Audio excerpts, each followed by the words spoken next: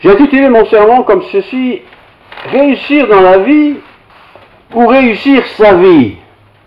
Pas tout à fait la même chose. Hein. Réussir dans la vie, tout le monde sait ce que ça veut dire, hein. Faut que je réussisse dans la vie, voilà. Ou bien réussir ma vie. Le Seigneur m'a mis à cœur de réfléchir là-dessus.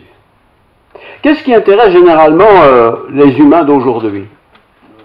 D'autres fois aussi, hein. Qu'est-ce qui les intéresse? Si on fait une petite enquête auprès des uns et des autres, très bien, très vite on découvrira que ce qui m'intéresse, c'est d'avoir un peu plus d'argent. Parce que si j'ai un peu plus d'argent, je pourrais faire plus de plaisir. On ne dit pas encore je me ferai plus de plaisir. Je pourrais faire plus de plaisir. Je pourrais gâter mes enfants, par exemple. Si vous êtes un chrétien engagé, je pourrais aider un peu plus l'Église. Vous voyez? Qu'est-ce qu'il faut pour que ma vie soit réussie? L'argent, inévitablement, est le centre de notre vie moderne. L'argent, bien sûr, comme disent les gens pieux, bah, il en faut pour vivre. Donc il en faut. Évidemment qu'il en faut. Il faut de l'argent pour se nourrir. Il faut de l'argent pour payer ses taxes, parce que nous avons des taxes à payer. Il faut de l'argent pour subventionner aussi des belles choses. On participe à des œuvres sociales, par exemple. Il faut de l'argent. Et si vous êtes chrétien, vous êtes dans l'église, ben, l'église aussi doit fonctionner. Il faut de l'argent. Donc il faut des donateurs qui donnent de l'argent. Certains diront, voilà, l'argent, c'est ça l'argent, c'est cet argent. Tiens, c'est bizarre. On le dit, mais on continue à courir après l'argent quand même. Mais pour faire quoi? Quel est le sens de cet argent qui nous est confié, même si c'est le fruit de notre travail, ce qui est le cas pour beaucoup? L'économie dans laquelle nous sommes, c'est une économie humaine, avec ses beaux côtés, ses mauvais côtés. Hein, voilà, les hôpitaux, par exemple, ben, il faut bien les subventionner, donc il faut de l'argent que monsieur et madame tout le monde paye. Très bien. Parfois, il est vrai aussi que l'argent est un peu mal utilisé, a été détourné un peu, on sait ça, voilà. L'homme reste pécheur malgré tout. Hein. L'argent. Et j'ai remarqué que parmi les chrétiens, certains se disent, oh, cet argent, ce sale argent, comme si cet argent est sale. C'est pas de l'argent volé, évidemment, c'est ce qu'on a reçu pour notre travail ou notre retraite. Enfin, voilà, on a cotisé pour ça. Cet argent n'est pas sale. C'est de l'argent, ça sert à monnayer, ça sert à vivre, ça sert à partager, ça sert à acheter, ça sert aussi à soutenir ceci et cela. L'apôtre Paul a bien exprimé cela en ces mots. Je vous lis le petit extrait que j'ai retenu, c'est dans Timothée 6, 10, il expose d'abord un problème, car l'amour de l'argent est la racine de tous les maux, de tous les soucis, quoi. Et quelques-uns, et il s'adresse à des chrétiens ici, hein, et quelques-uns, parmi les communautés qu'il visitait, et quelques-uns, pour s'y être adonnés à l'amour de l'argent, se sont égarés loin de la foi et se sont infligés eux-mêmes bien des tourments. Paul, qui est Paul, c'est pas n'importe qui. C'était un maître de la loi de Dieu, c'était un pharisien, un homme engagé, consacré, qui a un jour découvert le chemin du Christ et qui a adopté ce chemin. Et il est devenu un apôtre que l'on connaît, il a écrit beaucoup de choses pour nous instruire dans la parole de Dieu. Et il dit, je relis, car l'amour de l'argent est la racine de tous les maux, c'est-à-dire de tous les problèmes. Ah, tiens, alors il ne faut plus d'argent, alors ce sera plein si, on n'aura plus de problème. Non, c'est pas ça qu'il dit. L'amour de l'argent est un gros problème. Il faut de l'argent pour vivre, on ne peut pas faire autrement. On achète, on a gagné sa vie, on a travaillé, voilà, on a de l'argent, on peut acheter avec ce qu'on veut, etc. Mais l'amour de l'argent, c'est ce désir constant d'avoir plus d'argent. Pourquoi faire ça? C'est une autre histoire. Donc je continue sa lecture, 1 Timothée 6 dit, certains s'y sont adonnés, et certains ce sont des chrétiens, et ils se sont laissés entraînés, et du coup ils ont perdu la foi. La foi justement c'est tout le contraire. L'argent c'est un calcul, j'ai 100 euros en pièces, voilà j'ai 100 euros, je peux faire ceci, je peux faire cela. La foi en Dieu, c'est pas un petit paquet de quelque chose. La foi c'est une confiance en Dieu. Mais Dieu je ne le vois pas. J'aimerais bien le voir, ça serait plus simple semble-t-il. Mais Dieu, s'il ne me permet pas de le voir, parce que je ne suis pas encore suffisamment saint, il me permet quand même, au travers des choses de la vie, la nature par exemple, l'écriture chrétienne, la parole de Dieu, il me permet de connaître Dieu et de savoir également ce que Dieu veut au travers de cet argent qui est notre moyen de partage dans les sociétés, disons, occidentales. Je vous lis maintenant un autre passage, je vais vous lire entièrement, c'est un évangile, c'est l'évangile de Luc. Luc, c'était le docteur de l'équipe, un intellectuel tout à fait particulier, et il dit au Luc, chapitre 12, de temps en temps il faut lire ces livres-là, hein. Luc 12, versets 13 à 23, je vous lis. Quelqu'un dit un jour à Jésus, quelqu'un c'est un anonyme, hein, du milieu de la foule, Maître, dis à mon frère de partager avec moi notre héritage. Donc c'est quelqu'un qui avait eu un héritage, ils étaient deux frères, et un avait certainement pris plus qu'il ne fallait, et l'autre avait un peu moins que ce qu'il devait avoir. Et il dit donc à Jésus, il reconnaît quelque part en Jésus un maître, quelqu'un qui pourrait l'influencer, je relis, quelqu'un dit à Jésus, au milieu de la foule, Maître, dis à mon frère de partager avec moi notre héritage. Donc ce n'est pas une escroquerie, c'est vraiment honnête. Jésus répond, ô homme, qui m'a établi comme juge sur vous? Pourquoi moi je vais me mêler de vos affaires? Ou pour faire des partages? Je ne suis pas venu pour ça, dit Jésus. Puis il leur dit, maintenant il leur dit aux deux et à tous, gardez-vous avec soin de toute avarice. Ah, ça c'est une leçon que Jésus donne. Gardez-vous avec soin de toute avarice. Car la vie d'un homme ne dépend pas de ses biens, serait-il même dans l'abondance. Et il leur dit encore cette parabole. C'est une parabole, c'est une image. Les terres d'un homme riche avaient beaucoup rapporté. Il est devenu encore plus riche. Et il raisonnait en lui-même, disant, que ferai-je, car je n'ai pas de place pour rentrer ma récolte. Voilà, tous ces greniers sont pleins, ça a tellement bien poussé qu'il ne sait pas comment ils vont faire pour stocker tout ça. Voici, dit-il, ce que je ferai. J'abattrai mes greniers, j'en bâtirai de plus grands. Ah. J'y amasserai toute ma récolte et tous mes biens. Et je dirai à mon âme, il se parlera à lui-même, mon âme, tu as beaucoup de biens, beaucoup de réserves pour plusieurs années. Repose-toi, mange, bois et réjouis-toi. Mais Dieu lui dit, insensé. Ce que tu as fait là, c'est insensé, c'est stupide. C'est pourquoi, cette nuit même, ton âme te sera redemandée, et ce que tu as préparé pour qui sera-ce? Et il en est ainsi de celui qui amasse des trésors pour lui-même, et qui n'est pas riche pour Dieu. Vous avez déjà compris le passage ici, et vous avez déjà compris, je pense, le centre de ce passage. Si nous sommes occupés, préoccupés, souvent, trop souvent, à essayer d'être un peu plus riches, ou d'être franchement plus riches, nous allons nous tourmenter beaucoup. Nous allons nous tourmenter beaucoup. Parce que si j'ai 100, je voudrais 200. Et si j'ai 200, je voudrais 400.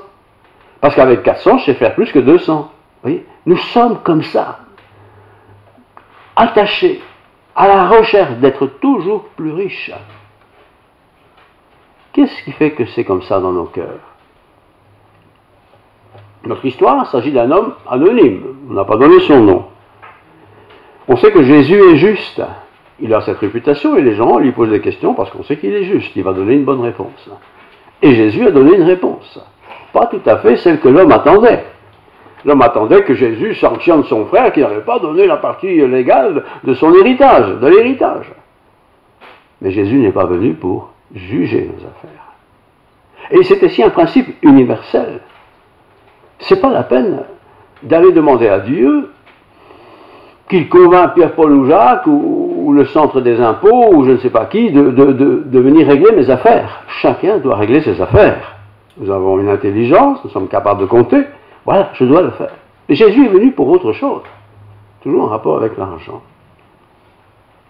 Jésus refuse, dans cette situation de ce texte de Luc 12, de faire justice. Il ne veut pas être mêlé quelque part à ce conflit entre ces deux frères. C'est sûr qu'il y en a un qui a triché, ça c'est sûr. Un juge pourrait dire tu as triché, tu vas rendre ce qu'il doit et tu auras une amende. Mais Jésus n'est pas venu pour ça. Et souvent nous exposons, il est vrai, et je suis bien placé pour le savoir, nous exposons à Dieu tous nos problèmes d'argent. Seigneur, t'as pas vu, mon patron m'a pas bien payé, j'ai été roulé, voilà, toutes ces choses-là. Et on les expose à Dieu comme si Dieu était supposé régler mon problème d'argent. Ici, c'est un problème d'héritage. Il y a des lois, il faut respecter les lois, il y a un conflit entre deux frères, il faut aller voir ceux qui ont les lois, et essayer de s'arranger comme ça. Mais Jésus n'est pas venu pour ça. Et pourtant, je ne suis pas sûr à 100%, mais avec un pourcentage quand même élevé, n'avons-nous pas, au cours de notre vie, fait cette prière? Avec d'autres mots, pas. Seigneur, tu te rends compte? Je dois payer ça, j'ai pas assez d'argent, fais quelque chose. Ce genre de prière, quoi.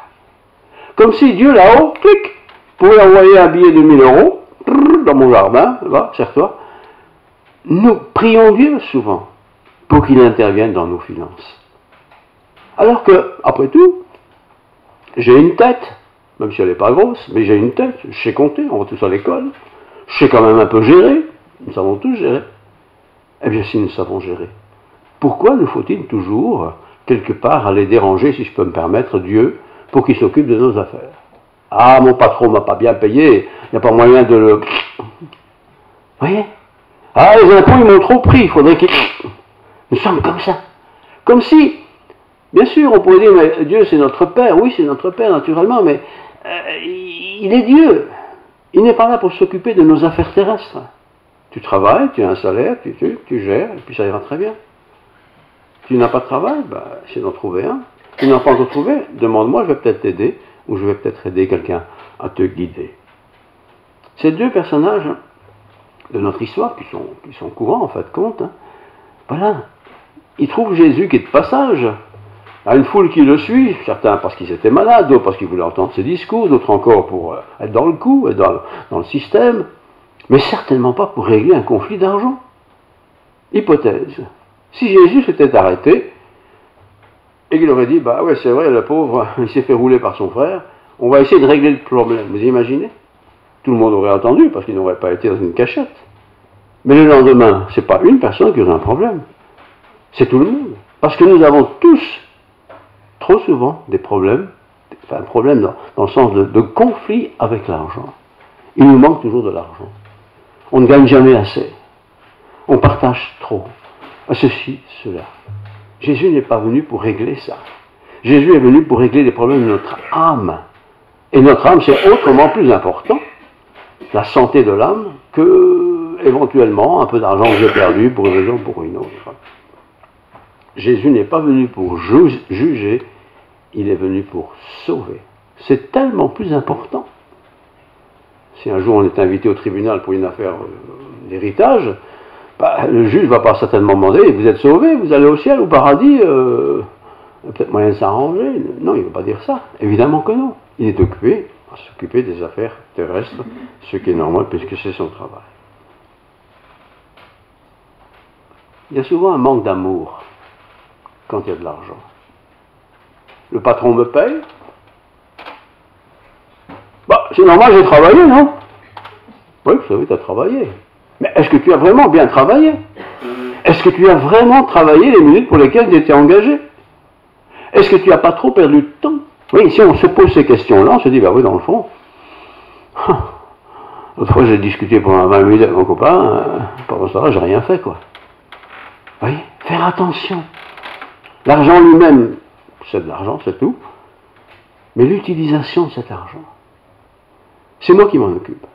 Je n'ai pas besoin d'aller, je dirais, déranger Dieu. Seigneur, tu vois, je suis pauvre. Tu peux pas dire à mon patron qu'il me paye un peu mieux. Bon, il pourrait toujours le dire, mais le Seigneur n'est pas venu pour ça. Il est venu pour moi, pour que j'apprenne aussi à gérer mes affaires. Gardez-vous de la cupidité, dit l'apôtre Paul. Être cupide, c'est... Il est là, vous connaissez le film, hein? Il compte ses sous là sans arrêt, vous connaissez le film, hein? C'est un beau film ça. L'argent. Mais l'argent. Vous savez, je suis certain qu'au cimetière ici, il n'y a pas beaucoup d'argent dans les tombes. Hein? Parce qu'ils ont déjà été plumés bien avant qu'ils soient enterrés, les gens. C'est comme ça. Nous sommes comme ça. Pourtant, l'argent. Hébreux 13, verset 5. Que votre conduite, c'est très général, mais c'est pour tous, que votre conduite soit inspirée par l'amour, qu'elle ne soit pas inspirée par l'amour de l'argent. Contentez-vous de vos biens actuels, et Dieu lui-même a dit, je ne te délaisserai point, je ne t'abandonnerai point. Alors certains diront, bah oui, facile à dire quand on a tout. Bah oui, c'est quelque part facile à dire, encore je ne suis pas si sûr que ça. Mais quand on n'a rien, ou pas grand-chose, ou peu, on est mécontent. On est mécontent parce qu'on regarde l'autre. Je ne parle même pas des gens à Tombouctou, je parle des gens dans mon environnement. Regarde là, toujours en retard à son boulot, il dit qu'il est malade, il n'est même pas malade, et il gagne bien sa vie. D'abord, il gagne bien sa vie, toujours en vacances. Voilà le raisonnement. Mais après tout, est-ce que cette personne, mon voisin, l'autre voisin, ma famille, etc., est-ce que j'ai à m'occuper d'eux? Est-ce que je suis là pour m'occuper des juger? Ben non. J'ai à m'occuper de moi-même, de me juger moi-même, de régler ma vie selon, bien sûr, les critères du Seigneur. Que votre conduite ne soit pas inspirée par l'amour de l'argent. Et, à la limite, on pourrait dire, pourquoi tu veux travailler au Grand-Duché de Luxembourg? Parce que tu gagnes plus ta vie? Est-ce que ça, c'est une motivation? Oui, peut-être, je ne sais pas. Mais peut-être que tu seras bien embêté pour aller tous les matins, j'entends la radio, 1h30 de bouchon, c'est pas très rentable. Oui, faire attention dans la vie. Tu as choisi ces cours-là, tu as choisi cette école-là, mais pourquoi tu as choisi tout ça? Quel est le but de tout ça? Combien de vedettes, combien de stars, combien de riches ont réussi leur vie pour un temps? Et très vite, leur vie s'est déglinguée parce qu'il n'y avait plus de vie.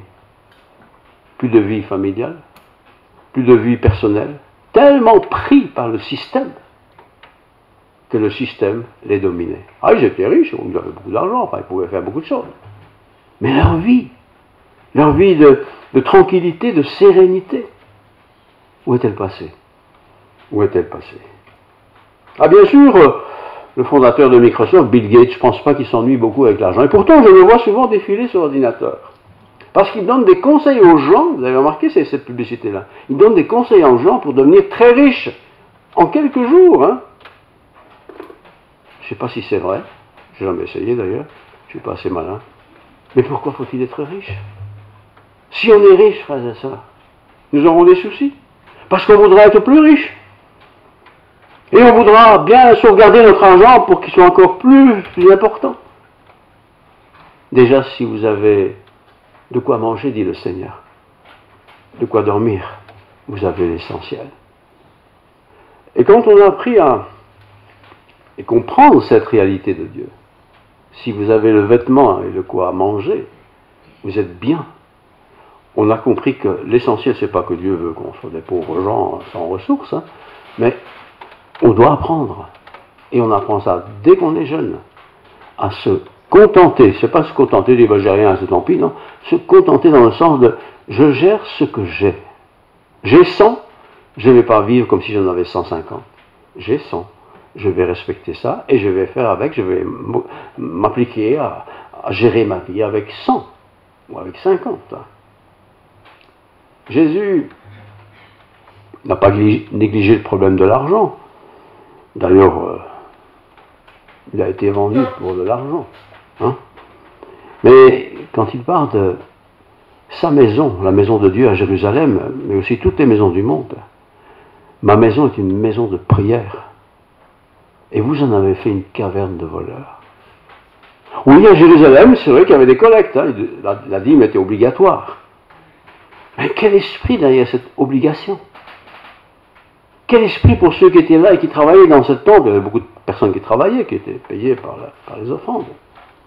Mais ces gens qui donnaient, soi-disant pour Dieu, qui ronchonnaient, qui rouspétaient, qui râlaient, qui critiquaient ceux qui dépensaient leur argent comme ça ou comme ça.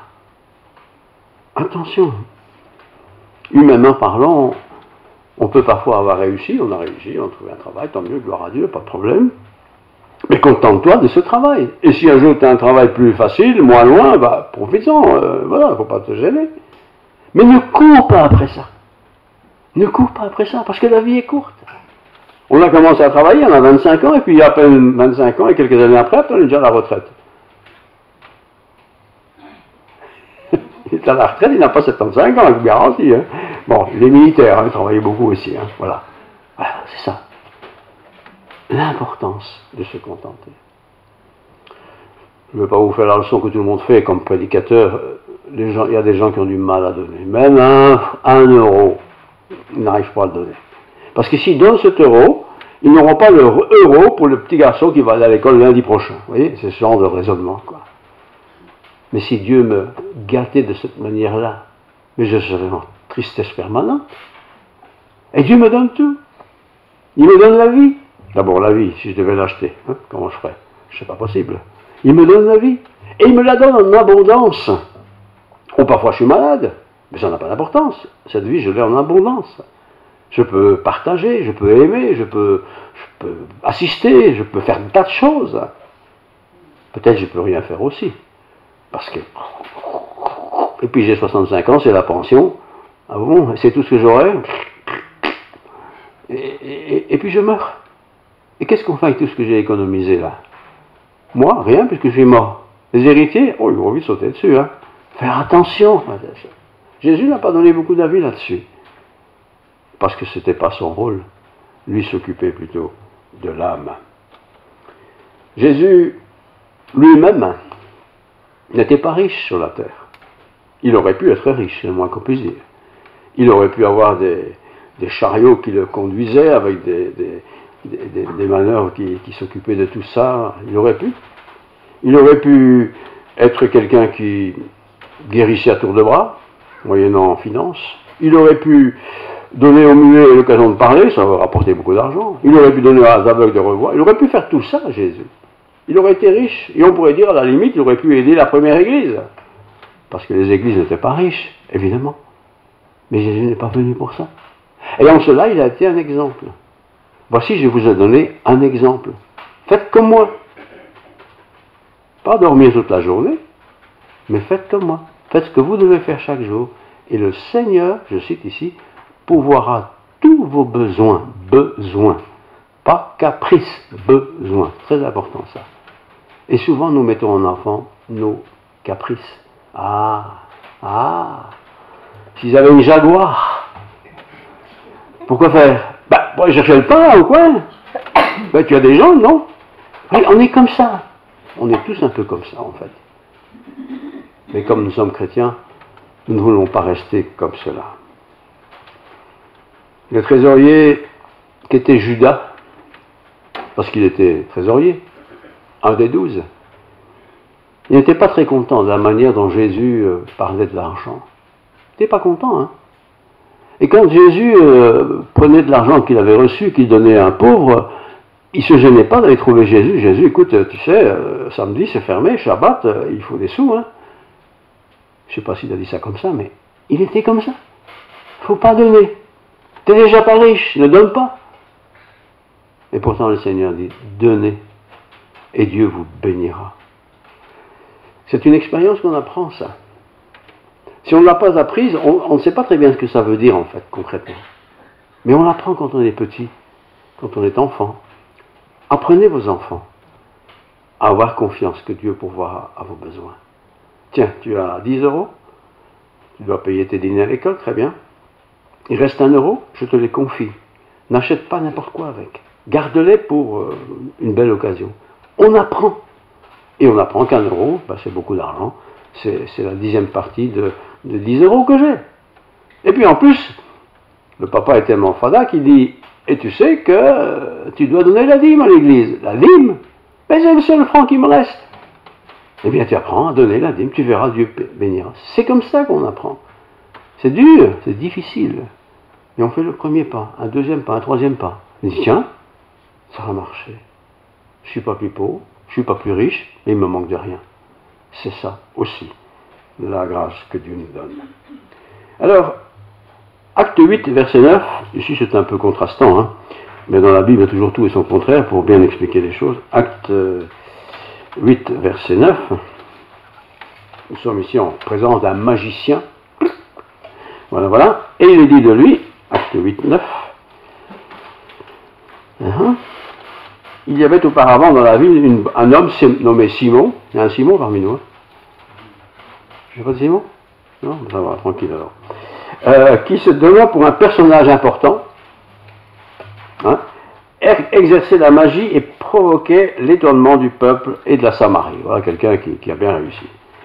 Tout, depuis le plus petit jusqu'au plus grand, l'écoutait attentivement et disait, celui-ci est la puissance de Dieu, celle qui s'appelle la grande. Vous pouvez lire le reste, hein, acte 2, vous allez voir que c'était vraiment le gros coup, quoi.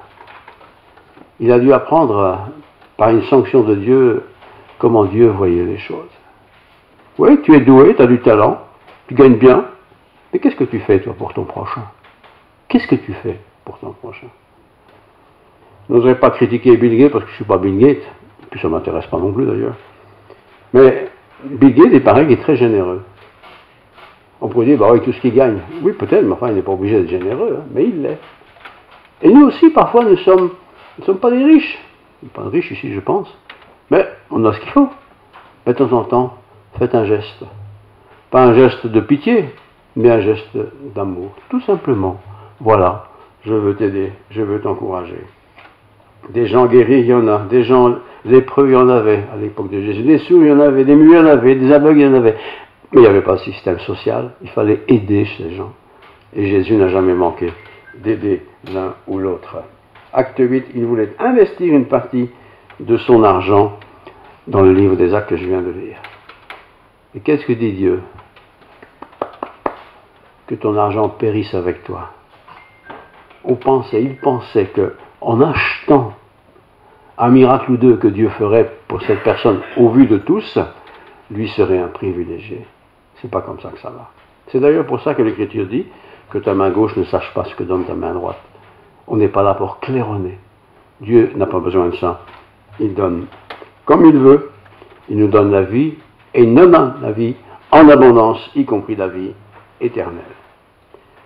L'homme de notre histoire, que je viens de parler, c'est quelqu'un qui raisonnait tout le temps je, moi. Nous connaissons ça tous, n'est-ce pas? C'était sûrement un homme intelligent. C'était un homme qui devait dire certainement le temps c'est de l'argent. Vous connaissez cette expression? Je consacre beaucoup de temps pour avoir beaucoup d'argent. Et puis les années passent, il devient vieux et puis il termine sa vie. Et que dit Dieu? Insensé que tu es.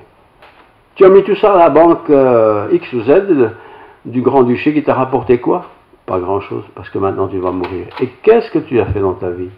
Pas grand-chose. Alors ici, mon sermon n'est pas du tout dire vous devez faire ça. Mais mon sermon, c'était surtout l'idée, ne soyons pas des radins.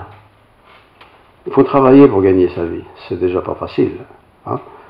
Et travailler, parfois c'est difficile. Dieu pour vos besoins. Il y a des besoins. Un besoin, c'est quelque chose qui est indispensable. Je ne suis pas obligé d'avoir une Jaguar. Hein? Mais si tu as une Jaguar, bah, c'est bien, garde ta Jaguar. Mais fais du bien autour de toi. Parce que ça compte pour l'éternité. Dieu aime celui qui donne avec joie. Dieu aime l'enfant qui donne 2 sous. Parce que l'enfant ne calcule pas. Il donne, voilà, c'est tout. C'est comme ça. Alors, si tu peux faire le bien, fais-le. N'hésite pas. Si ton cœur te pousse à faire le bien, fais-le. Tu verras. La joie va inonder ta vie. Dieu nous donne un travail. C'est la voie standard où on gagne sa vie. C'est comme ça. Eh bien, travaillons de nos mains, avec les talents que Dieu nous a donnés. Gérons. On a une famille, il faut s'occuper de la famille. Important. On est dans une église, voilà, on va aussi aider l'église. Chacun selon ses connaissances. Pas pour être bien vu, pas pour avoir une place plus près du Seigneur au ciel, mais simplement parce que Dieu nous leur donne. Aussi simple que ça. Que chacun, je termine, chacun donne comme il l'a résolu dans son cœur. Ne pas se laisser impressionner par un discours de quelqu'un qui est ivre. Hein. Non, c'est les escrocs qui font ça. Mais que chacun donne comme il l'a résolu dans son cœur.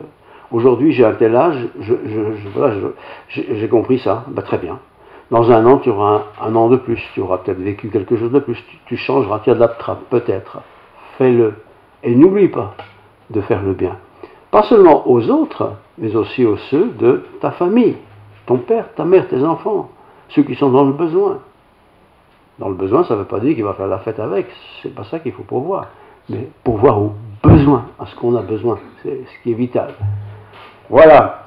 Alors, il y a encore une page, mais je ne vais pas la lire, si je vais la lire quand même.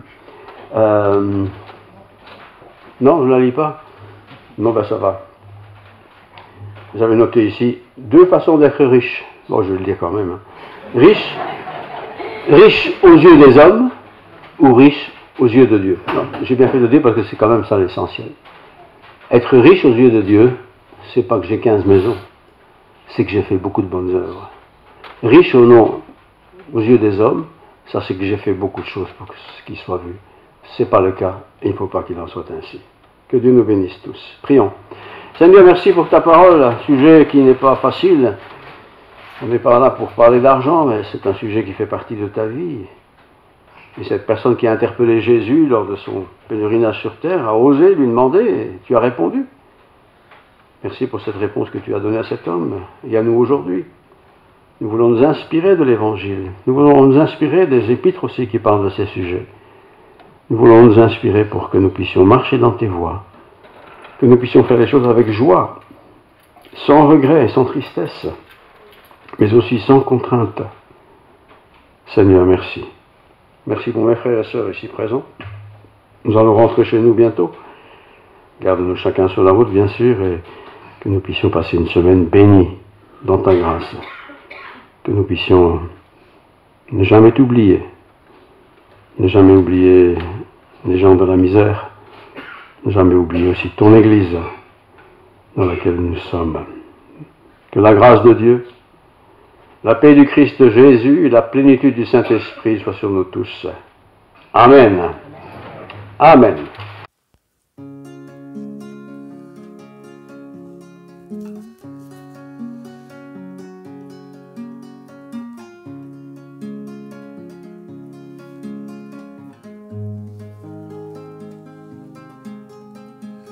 Une croix dressée, un corps crucifié,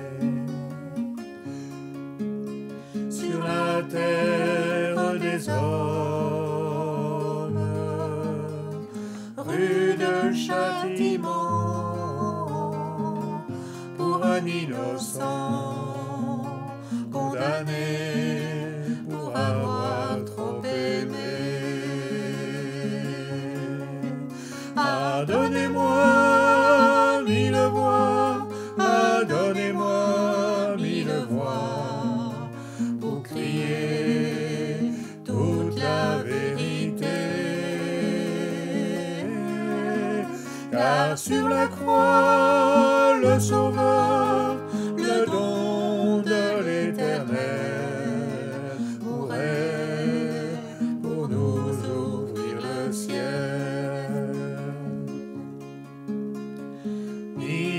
Ni l'argent ne pourrait acheter une goutte de sang de l'agneau de Dieu. Il est précieux pour laver, effacer le péché. Donnez-moi 1000 voix, donnez-moi 1000 voix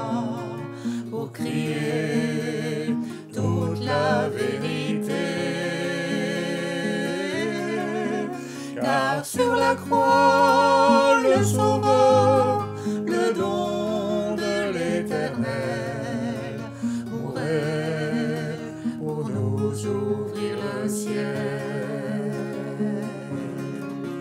Ah, donnez-moi 1000 voix, ah, donnez-moi 1000 voix, pour crier toute la vérité. Car sur la croix, le Sauveur